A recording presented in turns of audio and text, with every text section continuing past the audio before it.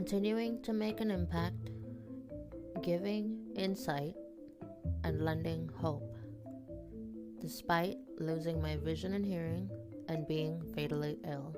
This is JoJo Unfiltered. Hey, beautiful souls. So today is going to be a little more lighthearted than normal, a little more, I guess you could say, a little more like on the fun side than I normally do on the podcast, as well as the, YouTube channel.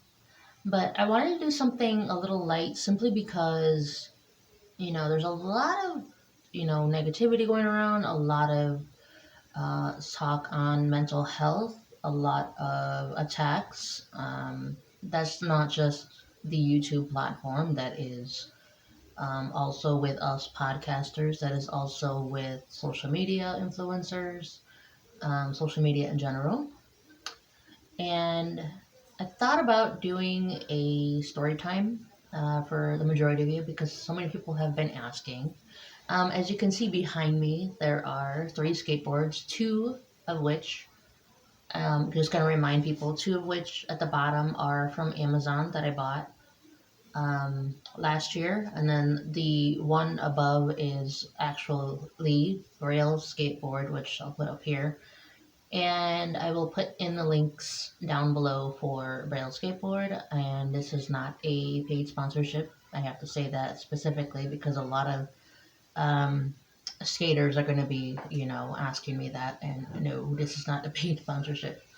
The majority of people are going to wonder and have been wondering why I do not have a complete deck when it comes to the Braille Skateboard. Now, for those of you who have no idea, a complete deck is just, the attachment of the trunk, the wheels, and the reason that you get the, you basically get to design it yourself, depending on what skateboard or like skate shop you go to. It's all based on preference. There are different inch size wheels. There are even different types of tape on the skateboards. There's, all different kinds of aspects. And the majority of people have been asking me for quite some time since I started, skateboarding again. And I have to emphasize on that because people think that I'm learning. Like this is my first time doing it, or because I'm, deaf-blind, that this is something that's new to me. It is actually not. This is a relearning experience. I had the, blessing, as I put it, of skateboarding starting at the age of 7. I did have a competition career going from the ages of 7 until the ages of 9. That was actually my last year. The summer of that year was the last year that I, unfortunately, was unable to finish. And I was actually at one of the best competitions that there were at the time in Chicago. Likely a suburb of Chicago at the time, and I had to stop due to a severe accident that happened at the age of 9. A lot of people don't know the differences between a vert ramp and a half pipe. These look similar, but I had been practicing on a vert ramp for many months. And what ended up happening was, I'm just going to give you somewhat of a visual right now. I can only do so much. Obviously, I'm not able to get to a skate park, so I wouldn't be able to show you the visual myself of basically what I went through. But the majority of people that are skaters can get an idea of what I'm talking about. This is more for people that are new to skateboarding and feel like this is a dangerous sport. Um, and that is why I apparently need to explain myself to a lot of my supporters and people that I have impacted over the years, because a lot of people didn't know this about me, that I, was in competitions. I had a real passion for skating. And I wasn't afraid even at a young age. Now, if you can imagine me as a child, I was extremely, extremely small. I'm still short now. Like right now, I'm 5'1", but obviously as a child, I was a lot shorter. But I looked tall simply because I was extremely skinny due to the eating disorder that no one realized that I was suffering with. Um, but I started at the age of 7 as a way of it was just another, not only passion for me, but it was just like something that I felt that I was good at, something that I could control, something that was a distraction. The competitions were like a real distraction for me, outside of the trauma, chaos, uh, you know, violence that was a part of my daily living when it came to my childhood. And if you guys want any idea of what that entails, I would suggest you start off with the very first video, um very first episode of my podcast, because that's going to entail a lot. um it's a long one, but the majority of my podcast is long, but it's very informative and will give you a lot of insight as to what I endured. And basically, the rest of the podcast is how I survived, and uh, how I became the person that I am today. So for me, it was an escape. It was just another way for me to escape that was, the more healthy route compared to a lot of the self destruction that I had already consumed myself with at such a young age to try to deal with everything that was going on. So the interesting thing also is that my cousin who introduced me to it thought that I was going to be terrified of skateboarding. Unfortunately, he didn't realize that I was fearless, which shouldn't give him a clue, because I did things that the average girl didn't do. In my neighborhood, a lot of the girls were girly girls. They would paint their nails, or they would want to play with makeup, even though we were too young.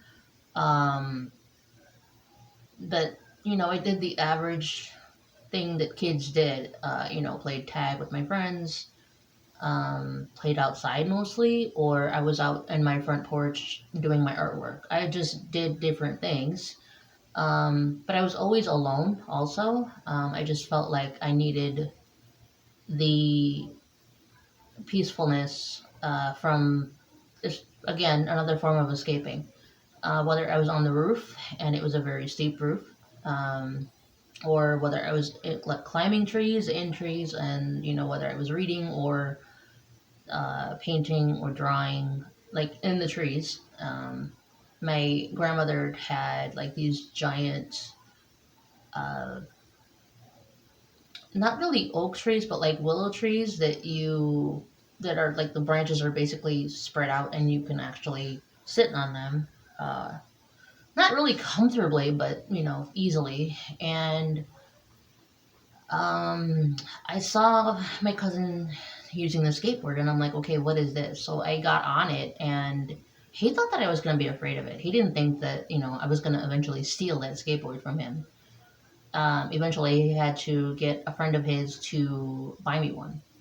Him and his friends invested in buying me one. They thought it was, pretty amazing that even though I was deafblind, that I wasn't afraid.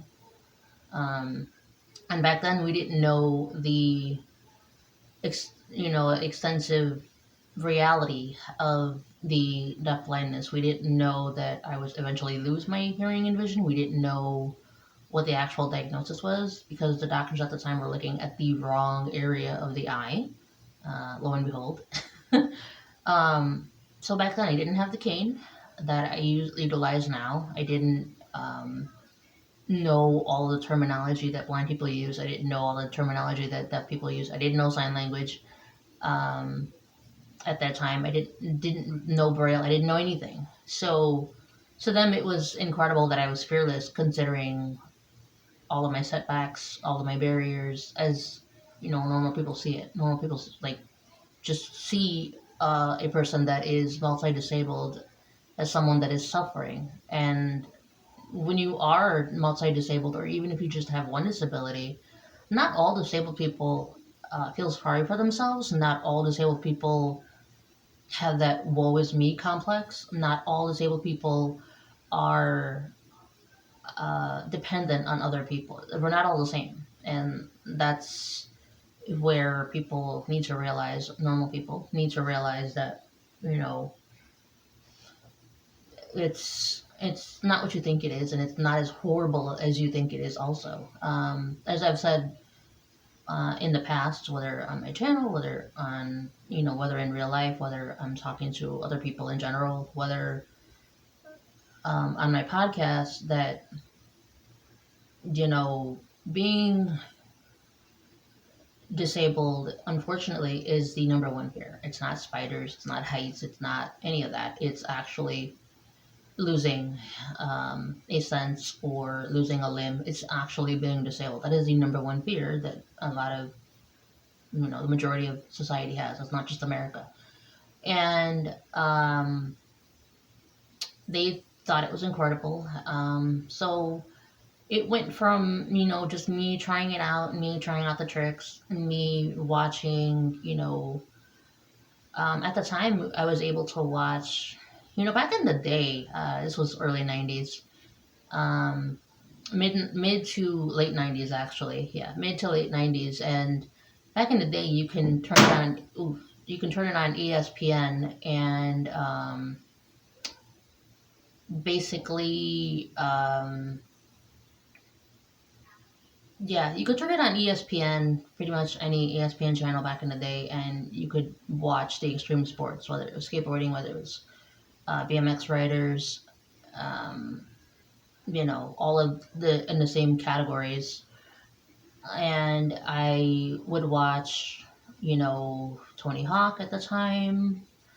I would try to get to know other skaters that were around the world, not just America, that were profiting and, as the majority call them nowadays, sellouts. But back in the day, it wasn't about money. It was more about, getting your, just getting your credentials in. It's like seeing how best you could do with the sport in general, the skates, the tricks, just basically everything that you could possibly do as a skater. And, it went from, just me testing it out to, him, like my cousin and his friends would have to like literally chase after me, like skating, because I would like, back in the day, I would be in Chicago, and the blocks are really long. Any city blocks you go to, they're extremely long. So that would be my way of testing it out. And I should have gotten in trouble because, it's kind of illegal to skate anywhere in Illinois unless you are on the railroad tracks, which isn't illegal, by the way, or you are in the vicinity of a parking lot that doesn't have like a residence around it. But as far as like apartment complexes or anything of that nature, you have to get your landlord's permission. But the majority of answer will be no. Even if you explain that you have the buddy system, even if you explain that you have protective gear, it's always a no, because there's always that liability factor. Why did you allow this person to do this when this is not legal? So, like I've said earlier, I do not have the access at the moment probably won't for a while to get to a skate park because I don't have a car. People forget that. People see me as normal. They don't see me as, oh, you don't look disabled. I don't know what that looks like, but okay. But, eventually my cousin and his friends had to literally drive their car and make sure that I was okay, skating. Being a little kid, they just didn't trust the vicinity of where we were in Chicago. They didn't trust, even if we were outside of the city and into the suburbs, they still didn't trust other people. Because back in the day, it was different how it is. Even before Corona, there was like nobody was outside, like just hanging out and stuff. Like that's how it was back then. Um, Early '90s, late '90s, early 2000s, people just went outside. Um, it wasn't even just kids, it was adults too. They would have block parties. We all did things as a community compared to now and, even before Corona. Um, but they just didn't trust, other people. Um, Even though my disabilities aren't visible, like they're more invisible because you can't really tell that I'm disabled.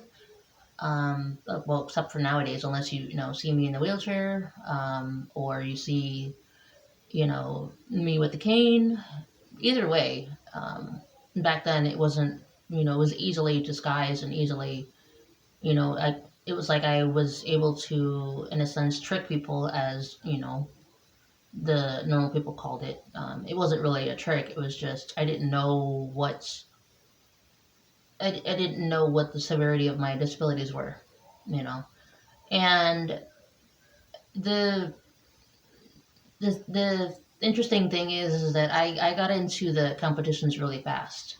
I wasn't afraid of trying out new tricks. I wasn't afraid of going on the half pipes. I wasn't afraid of going on the vert ramps. I wasn't afraid um, just trying out the rails, trying out the ramps, different things. I literally tried every little thing that a new skater or a pro skater isn't afraid to indulge in. So for me, it didn't. It's not that it didn't surprise me that I would eventually get into a really bad accident or incident, I should say, because I didn't really get hurt. But they obviously have to call it an accident because I ended up in the ER, just for safety precautions. But I was in the middle of the competition. Now, for a lot of you who do not know, with my deaf blindness, I do things differently. I kind of don't have a choice. I'm not normal. So the majority of people that are not disabled do things one way. Whether you're looking, whether you're hearing, uh, you know, whether you're just however you do things normally, right? It's second nature. For me, I have to do things different. When it's something new that I'm, consuming myself with or trying out, I have to figure it out first. So when I'm doing a trick on the ramp, I have to feel it out. That's how I skateboard. I'm doing it by touch, by underneath my feet. I have to do it by touch. I don't have any other choice but to do it that way because I can't hear or see. So at a very young age, I had to learn how to do a bunch of different things without vision and hearing. I can get into that much later in a different video of, what that really entails. But I had to get used to by myself first with the vert ramp, without distractions, without people screaming, without people saying you're doing it wrong or doing it this way, do it that way. Um, that's what I loved about skaters also, is that they're very supportive. Not Some people aren't. Some people want to be perfectionists. Some people want to nitpick and grill you and try to make you be something that you're not. Let's be real here. That everybody has the same goals when it comes to skating. So I appreciated, at the time that people were patient. People were like, okay, she's, she's gonna have to do it different. She doesn't have a choice, right? So, um, I had done 3 different tricks on the vert ramp, and then I had to do both. So for the competition, I had to do both the half pipe and the vert ramp, and I'm going to show you in a minute the 3 different tricks. I was halfway on the last trick in the air, in midair, and there was new people there at the competition, not realizing what I was, dealing with, what I have to deal with daily. They were screaming, you're going the wrong way, you're doing it differently, this and that and the other. I got distracted. Now, when I'm doing something that has to do with balance, um, it's like I have to do it a certain way and I cannot be distracted. If you're screaming at me, um, it's gonna take me off my balance. And that goes, just for anything. Like if I'm standing on a step stool, if I'm trying to get my balance on, like for instance, doing the wallpaper on these walls, decorating this entire room. Um, you know, it requires me to do things differently, and they, my cousin and his friends and everybody else was trying to tell him to shut up, and it didn't work. So I ended up obviously wiping out pretty badly, and I was in the middle of the ramp, and they were freaking out. Everybody was panicking. People were freaking out. Like, you gotta call. We don't know what else to do. You gotta call, because I wasn't moving. At the time, I wasn't moving, and they told my cousin, you have to call an ambulance. You gotta take her to, or if you don't want to call an ambulance, take her to the ER. And my cousin was freaking out because my mom didn't know about this. None of my family knew about this except me and him. All they knew was we hung out. That's all they knew. Um, all they knew was that I made new friends. That's all they knew. So, unfortunately, we had to tell my mom uh, that I had been skating for 3 years. And for those of you who are like, how the hell did she not know for 3 years? For the majority of my childhood, my mom was always working, and when she was home, she wasn't a pleasant person. So I was able to hide things easily from her, unfortunately. And again, it was my way of controlling things, my version of dealing with everything that was going on in that household. So for me, I had to tell her, and the doctor was pretty grateful that I didn't break anything. The doctor was shocked that I didn't break anything, and my mom was pissed. And my mom's like, "You can't do this anymore.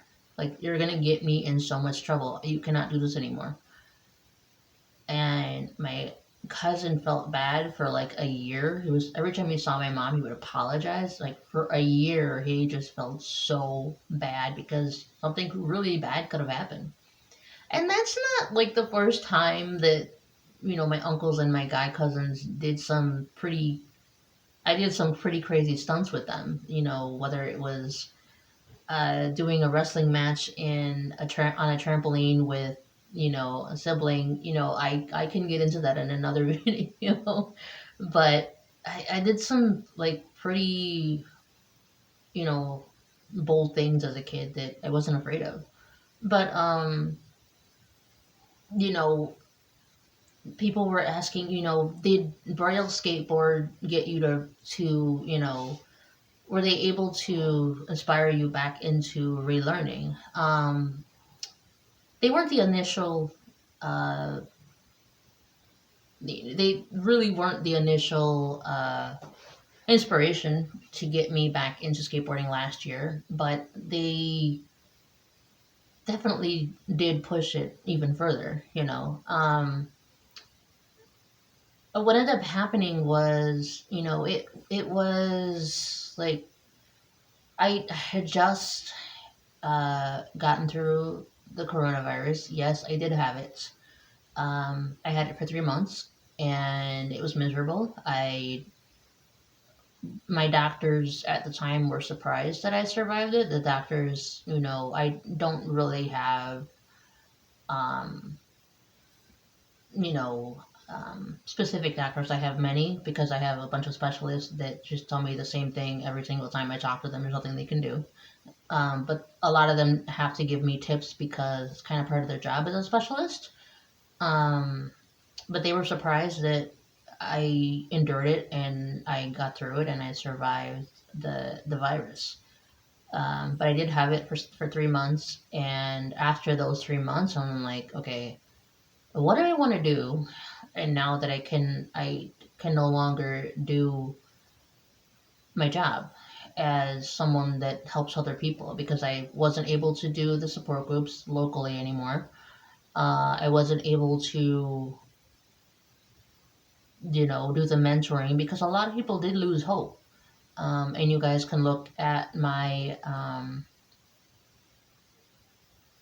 entrepreneurship and my journey with all of the things that enrolled into the brand that I had made for like 11 plus years.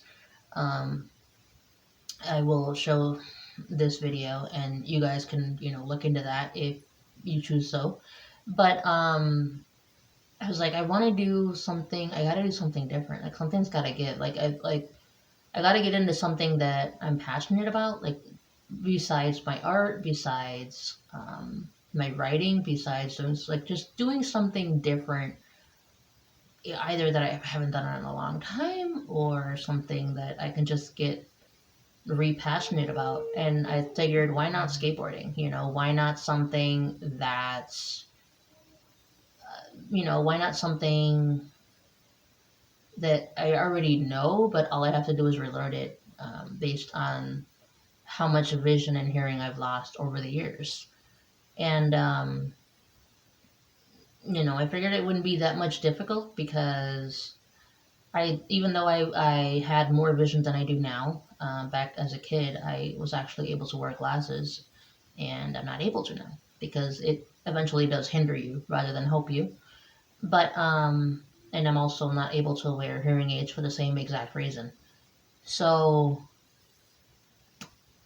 I figured, why not just, bang it? Why not research it? And the first thing that came up was, lo and behold, Braille skateboarding. That was the actual first thing that came up. And I had to look into it because I'm thinking, Braille skateboarding, what is this? What would this be for? Because is this for beginners? Is this for... That's because I said that I know that there's no possible way this is for visually impaired people because, um, not to be shady, but a lot of people that are disabled are afraid of a lot of different things. I don't know a lot of people that are fearless, whether you're disabled or not. You know what I'm saying? So I'm starting to spin in my head what could this possibly be, and sure enough, they bring me to the website. They introduced me to Aaron. They introduced me to all of the Braille members. I find out that they have an actual channel. At the time, they weren't at 5 million. I think at the time they were at 2 million back last year. So they've grown quite a bit. But a lot of people were skeptical and told me that these aren't real skaters, so be careful of what you watch and be careful of what they teach because these aren't real skaters. It's just a platform for them to, make revenue off of. Aaron Cairo is an actual skateboarder though. For the majority of that, want to fight that and want to just say that he's just a sellout, blah blah blah. But I can't count how many people he's inspired to skateboard just to relearn it for the first time, whether they're a child or they're in their 50s and 60s, or they've inspired actual skaters that aren't professional skaters that have been doing this for years and years and years. So he's one of those people that has made quite an impact. And I don't see an issue with that, but that's just me. But, him, like, going through all of the research and doing everything that I had to look into, they actually made the mistake of the incomplete deck. Yeah, I asked specifically for a complete deck. I had gone back and forth with the emails, and you know, shit happens. It was again at the wake of the corona, and they got their orders really screwed up. I wasn't the only one. They apologized. I don't know how many times. I appreciated their help. And people were asking, why didn't you take it back? Because eventually I am going to complete it. And Chloe, one of the team members, is going to help me with that. And they do tutorial videos. They do a lot of videos, whether it's maintaining your skateboard, adding different things to your skateboard, figuring out your preference as far as the wheels, as far as the trunk, as far as the type of skateboard that you're more comfortable with, that sort of thing. And I'm not done with, obviously, I'm not done with the collection. There's 2 more I want to get. Another one from the Braille Skateboard, and keep your fingers crossed that I don't get a messed up order again.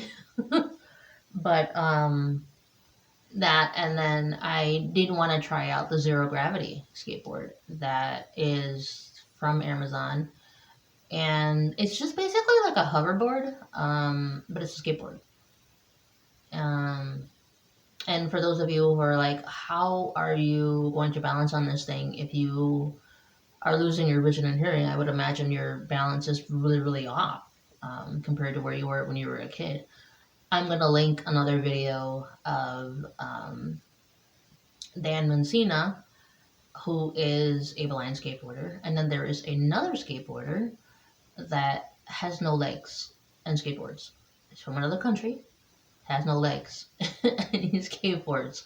I'm going to link those 2 at the bottom as well, so you guys can get an idea that anything is possible. I know that I hear that so much on YouTube now.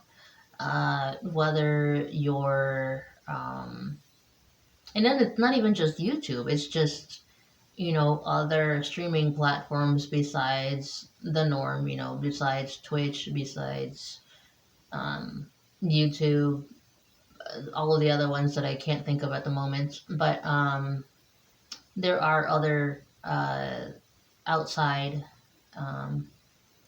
off the grid, I guess you could say, type of streaming platforms that I've watched other people talk about. Like, the negativity is beyond me. And a lot of these people want to, I mean, no shade again, but a lot of these people want to preach God, but then they want to also say at the same time that this is impossible, this isn't likely, or like this has to do with the devil or Satan. Not everything is, no. I can attest to that, obviously. But the sad thing is that they push this negative narrative, and then people wonder why there's so much negativity on these platforms. That's why there's so many people saying that watch YouTube or listen to podcasts. Then there's a cancel culture with the podcast right now. There's a lot of people that got kicked off of the platforms, or got in trouble in general, and they're trying to figure out how to come back from that, unfortunately.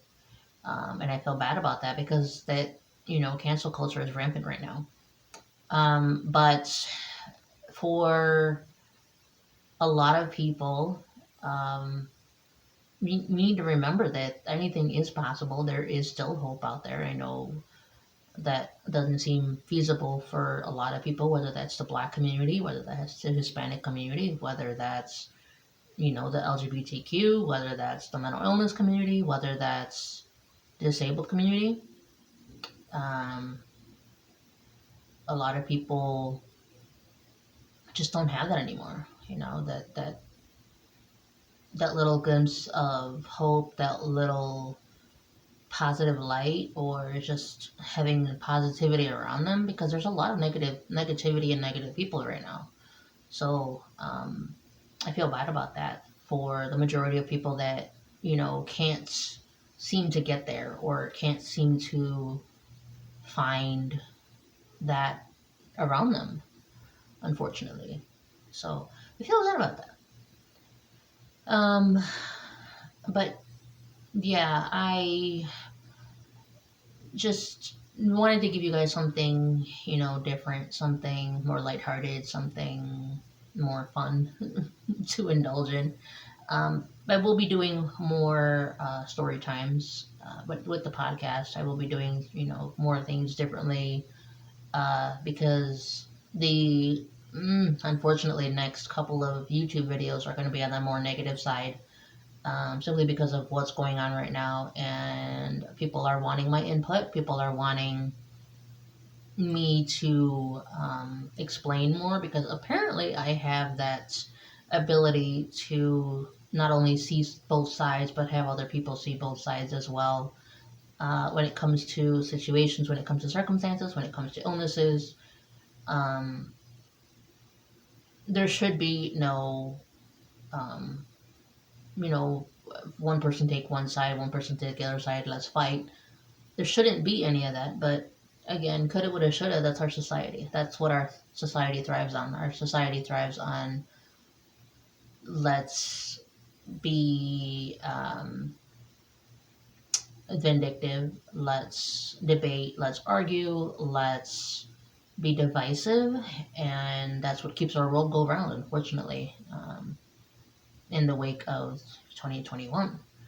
So I will let you guys go with that, and I hope you guys enjoyed the story. I hope that you guys enjoyed the podcast, and I will talk to you guys very soon. Bye.